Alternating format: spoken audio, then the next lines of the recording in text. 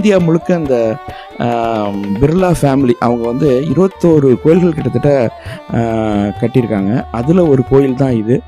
இது வந்து ஜெய்ப்பூருடைய ஒரு அழகுன்னு சொல்லலாம். இல்லை கொடுக்கப்பட்ட பரிசுன்னு கூட நம்ம எடுத்துக்கலாம். பிர்லா ஃபேமிலியோட பரிசுன்னு கூட நம்ம எடுத்துக்கலாம். இப்போ பாருங்கள், இதையே நம்ம பார்க்கணுன்னு சொல்கிறேன்னா, மிகுந்த ஒரு பக்தியும் இந்திய இறையாண்மை மேல் உள்ள மிகப்பெரிய மதிப்பும் இதில் வெளிப்படும் பாருங்கள். நம்ம எப்பொழுதுமே என்ன நினைப்போம், பழங்காலத்து கோயில்கள் தான் மிக சிறப்பாக இருக்கும், மிக பழைய கோயில்கள் வந்து மிக சிறப்பாக இருக்கும். நம்ம நிறைய சோழர் காலத்து கோயில்கள், பாண்டியர் காலத்து கோயில்கள் பற்றி எல்லாம் பேசியிருக்கோம், கட்டிடக்கலைகளை பற்றியெல்லாம் சொல்லியிருக்கோம் நம்ம காணொலிகளில்.